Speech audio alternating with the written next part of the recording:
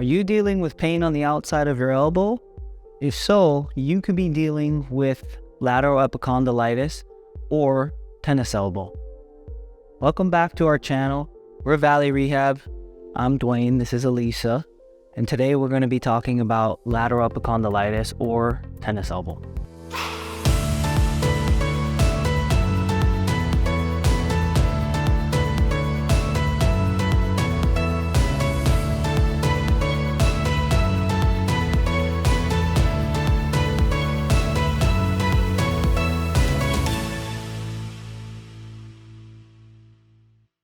So lateral epicondylitis is oftentimes caused by forceful grasping, repetitive use, reaching, grabbing and holding, and oftentimes, why it's called tennis elbow, tennis, or repetitive swinging. When we're swinging forehand, if we're rolling over and we swing into pronation, or backhand, we tend to flick the wrist. It's going to put a lot of stress on the upper forearm here. So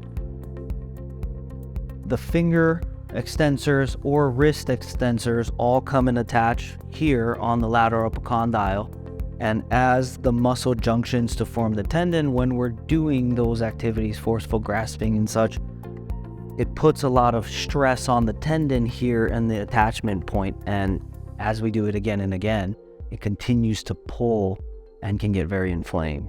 Okay, so the first exercise we're going to do here is just a forearm stretch to help that extensor wad loosen up.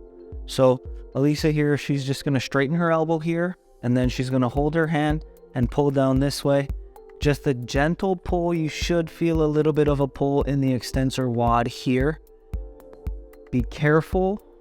If this does make it angry after, then we're going to back off. We're not going to do this, and we're going to do a massage instead. So for this, we want to stretch. We're going to hold for about 30 seconds and then come back to it again later. Okay, again, after 30 seconds, if this is more irritated, then we're going to do something else. Okay, so if that extensor wad stretch was too intense and brought on more pain, this is a good substitute to help relieve some of that tension. So the extensor wad here runs from the lateral epicondyle here and comes down here. So we're going to find the tendons there right along the forearm, and we're just going to gently massage back and forth using a cross friction massage this way, very gently on the tendons. So I would say find the tendons. You'll feel them because you'll be able to roll over and it'll feel like bumps, like a little bit of a stringy tendon. You're going to spend about 5 minutes rubbing that out. It might be a little tender, so don't dig in really deep. Okay, so the next exercise we're going to do, you're going to need a weight.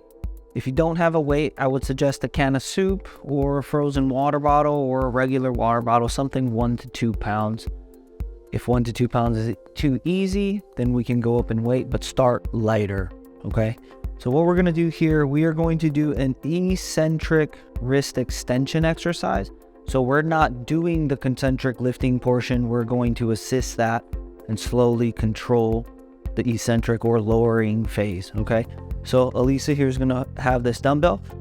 It's optional to support the forearm here. I like to support the forearm because I think it provides a little more stability and it helps you really focus on using the extensors versus the bicep muscles.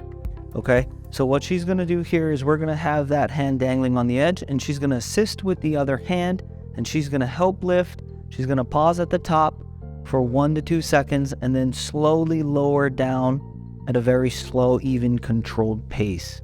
So she's going to do a few here. Notice how she assists all the way up and then slowly lowers herself back down after a brief pause. Okay, these are going to be really good for building a little bit of that strength there. It's also going to help lengthen those extensors a little bit as well. I would start with 8 to 10 repetitions and add repetitions as we go, and this gets easier. Another good way is to add weight. I would suggest adding 1 pound at a time instead of going from a 1 pound to a 5 pound. Okay, so the last exercise is going to be a reverse grip curl, okay?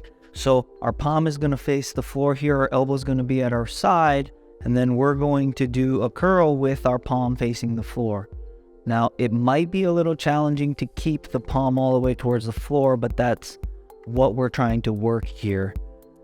Because the extensor wad does cross the elbow and attaches above the elbow, it's important that we can also strengthen it through the elbow portion of that muscle.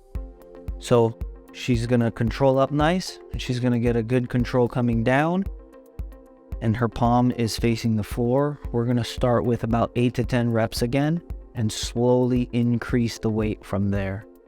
Thanks for tuning in to our episode on lateral epicondylitis, or tennis elbow. Hopefully those exercises help you out at home. Stay tuned for another episode next week. Have a good day.